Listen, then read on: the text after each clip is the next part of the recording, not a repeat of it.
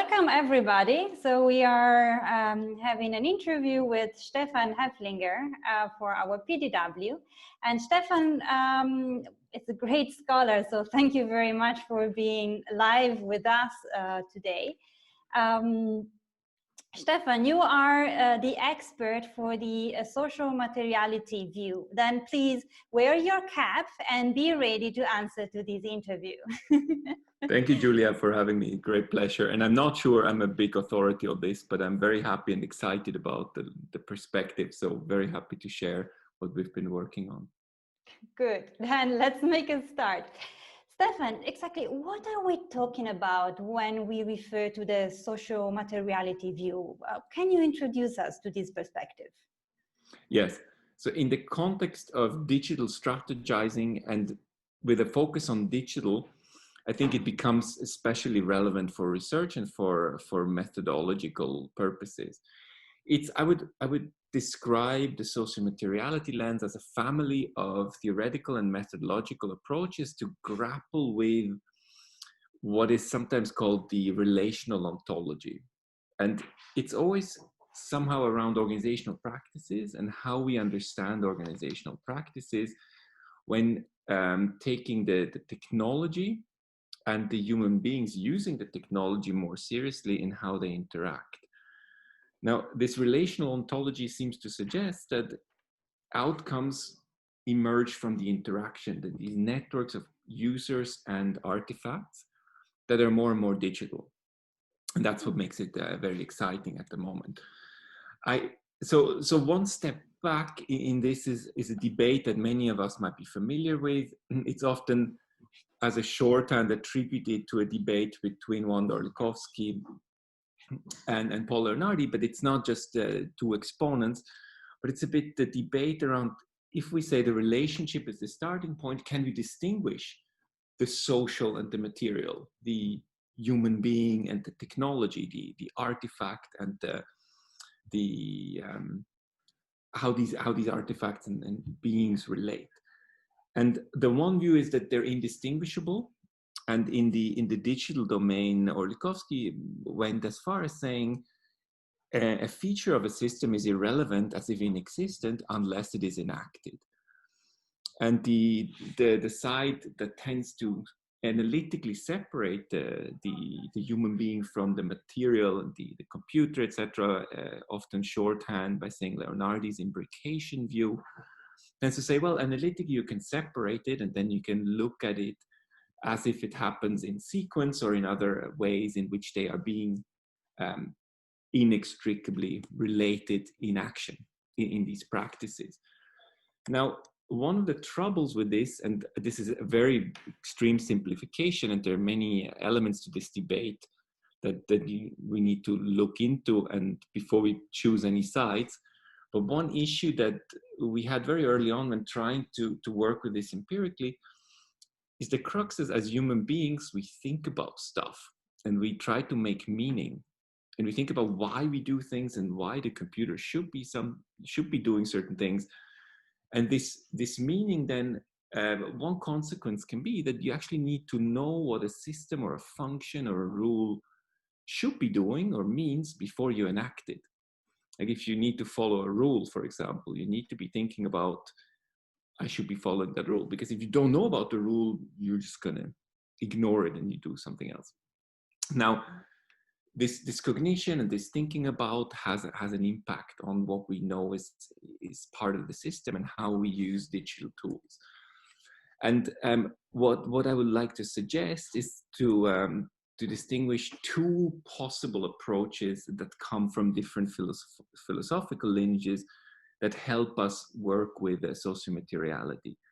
The first is a phenomenological view inspired by Merleau-Ponty and his work on the individual being cast in a world of seeing things, perceiving things, missing things, and working on assumptions of the world around him or her being familiar and being emotional and reacting and trying to work with technology.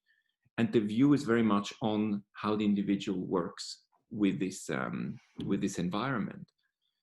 And the other part is the one that is probably a bit more famous in the sociomateriality debate, is the ANT, the actor network perspective, where I would also count in Barad's famous work on interaction, where she translates how physics should be viewed when we take insights from physics seriously, how the social world will look like.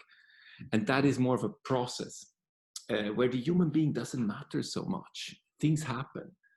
Users work with technologies, ultimately cars drive around, things collapse or things work out, but the human individual doesn't matter that much. It's a process of translation, what Latour called it. And in this view, the process is very important, and this is a different perspective on some of the same organizational practices that again builds on a rich literature that helps us understand how technology and human beings interact. So these would be the two views that I think are helpful approaches to dealing with sociomateriality in a method and theoretical view when looking at strategizing. Well, that's fascinating. Actually, I have a question briefly before moving into the next point. I mean, this conversation already triggered something. When you say about creating a meaning and this role of cognition, I mean, I can see that actually the meaning can come, I mean, either from the human, but nowadays a lot of meaning can also come from, let's say, the technology itself. And from the interaction. So where does this perspective stay around this concept? That's a very difficult question. And one of the examples I wanted to give at the end as an inspiration is to look at AI and to what extent machines that learn actually know. And if they know, will they teach us? And will there be a learning going back and forth in creating new knowledge? So I don't have an answer that is in any way very smart, just to say that the phenomenological perspective focuses on the individual and what you and I perceive when interacting with digital technologies and how we feel about it, the frustrations, the reactions that we take because something doesn't work. And these things are absolutely complementary. So I don't think they're in competition. But because I need to know that there is a rule in order to follow it, means that I cannot wait for it to sort of crash. So I might be wearing a seatbelt when driving because in the case of an accident, because when it happens, it's too late, right? So I need to think about, wait, I do these things, not just because they make sense or because there is a forward-looking purpose and meaning to that. Not sure that makes sense. Definitely, and it's an interesting starting point, but since it's something that you want to pick it up also later on, let's not spoil it entirely now. Let's move on. Now, let's talk about the perspectives, advantages and disadvantages. Can you mention and comment on one advantage and one disadvantage? So one major disadvantage is that many of our colleagues don't think this view is in any way helpful. And they might dismiss studies that take a sociomateriality lens first up, because it implies ourselves as a perceiving actor and researcher so much that a lot of the objectivity that may be a requirement in some views is difficult to uphold in a traditional sense. So you need to deal with some very recent insights. And as Barad teaches us, they're very much based on physics. So this is not just a social science invention or something that is isolated. It's very much in line with a view on our environment and our physical reality around us. Now, with this major disadvantage aside, that it's still a bit niche and a bit novel and emerging, I think there are disadvantages and advantages to both of these methodological suggestions I made. The first one, the phenomenological view, is more of a micro view.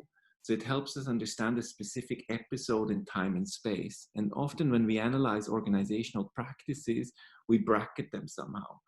We look at what do strategists do when they make a decision? How do they interact with external stakeholders? And when we focus on these windows in time and space, where decisions are being made and tools are being used. And in these episodes, we have individuals that might get frustrated, upset, they may be happy about something, they perceive the world from their own view. And in this micro sense, it's very important to understand what are they seeing and what are they not seeing, what are they missing from their vantage point, and why may they reject a certain information system that could be useful to adopt from a bigger point of view, and so forth. So that's one advantage, I think.